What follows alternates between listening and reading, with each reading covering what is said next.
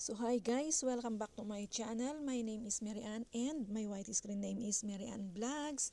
So ngayon guys, may bago ulit po akong i-share sa inyo. Mag-start na po nga tayo guys. So ito kasing Oppo na cellphone ko is hindi ko na po namumove yung mga apps, hindi ko siya ma-move. Ayan, maganda po ito, naka-screen lock siya kasi kapag kahit na nakabulsa siya tapos biglang na long press yung mga apps, hindi po siya mawawala. So ngayon, gusto kong mag-uninstall, hindi ko rin siya maano. Ayan, kagaya niyan, mag-uninstall po tayo. Ang lalabas po ay home screen lock. So paano nga po ba natin ito tanggalin? So kung gusto mong malaman, panoorin mo po ang video to hanggang sa matapos. So yun nga siya guys, mag-start na po tayo. So ang unang gagawin po natin ay pumunta po tayo sa settings ng ating cellphone. Then i-click po natin yan. Then hanapin po natin dito yung home screen and lock screen.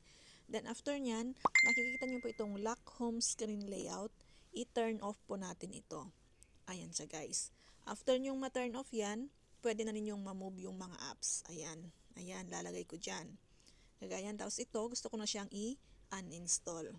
Ay, yan, install ko pala eh. So ayan, i-uninstall po natin. Ayan, pwede na rin po tayong mag-uninstall.